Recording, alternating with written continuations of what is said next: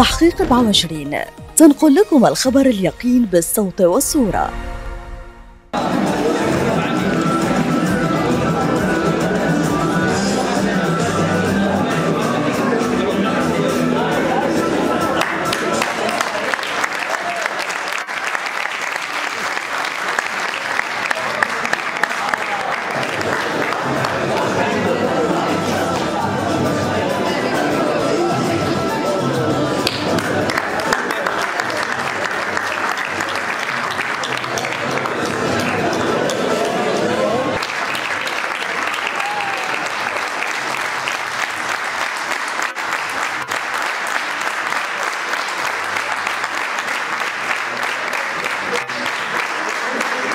مثالا للالتزام والنجاح الباهر في منصبكم كمدير المصالح بالمجلس الإقليمي لتزنيت ورمزا من رموز التفاني في العمل، متمنياتنا لكم بالصحة والعافية في باقي عمركم. رئيس مجموعة الجامعات الترابية تزنيت.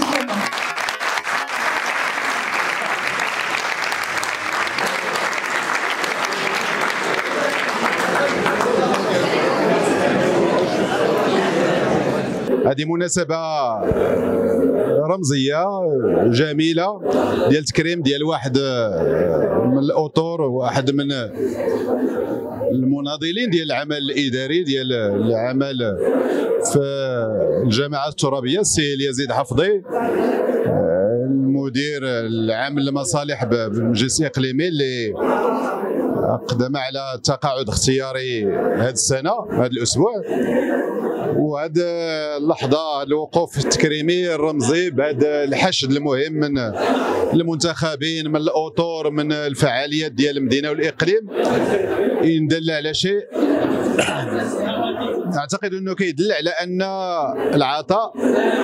العطاء حين يكون بإخلاص نجزى عنه ويعترف لنا به في الدنيا قبل الآخرة. والسي يزيد حفظي كإطار كما سمعتوا في جميع الشهادات، في جميع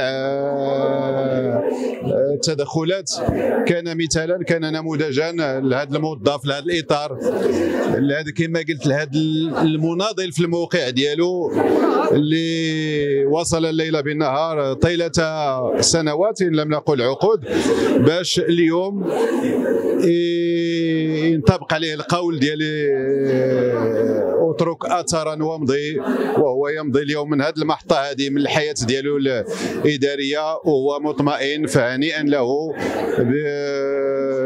مع الزملاء المنتخبين، مع الاطر. اليوم ماشي تنودعوه الاخوان، ماشي كيودعوه، ولكن جاوا باش يعترفوا ليه بالفضل ديالو، بالافضال ديالو. عرفانا واجب، عرفانا بمعاني نبيله.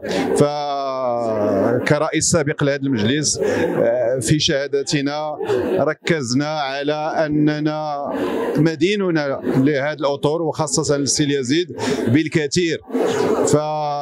فالموظفين والاعوان في مختلف المراتب ديالهم تيبقاو هما الآلة، هما الآلية والآلة والجهاز اللي بدونه ما يمكنش لنا كمسؤولين كمنتخبين نتقدموا قيد أنملة. فشكرا له وهنيئا له.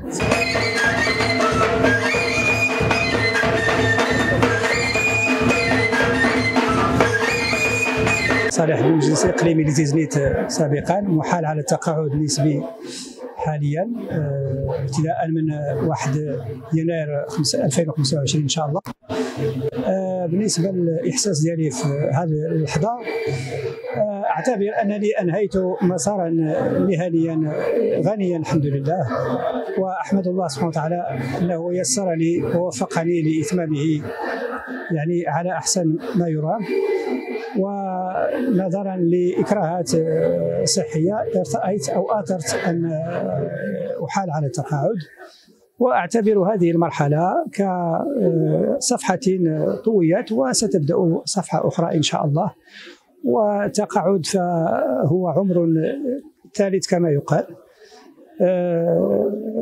لابد من بعد الانسان ياخذ واحد شويه ديال الراحه، لابد انه يخطط ويعرف شنو يمكن يدير في سميتو.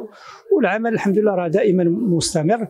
نتمنى ان نخدم هذا الاقليم في مواقع اخرى باذن الله سبحانه وتعالى، يعني اذا امد الله في العمر وبارك في الصحه. مجموعه من الجمعيات كذلك المنتخب من مختلف المستويات المحليه والاقليميه والجهويه، وشفتوا كذلك شهادات اللي عبروا عليها واحد العدد من الناس اللي تفاعلوا واشتغلوا مع السي اليزيد حفظي.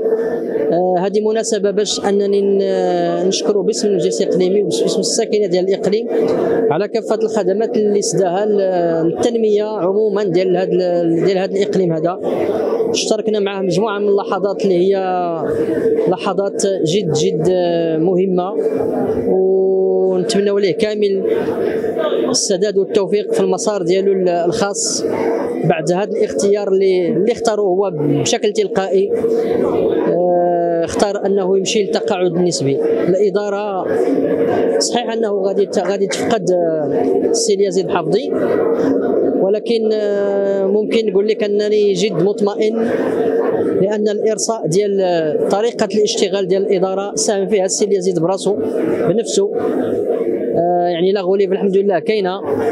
انتم شفتوا المستوى ديال الحفل وكيفاش دازوا وكيفاش الاطر ديال المجلس هما اللي اشتغلوا على هذا الحفل هذا على سبيل المثال من الالف الى الياء.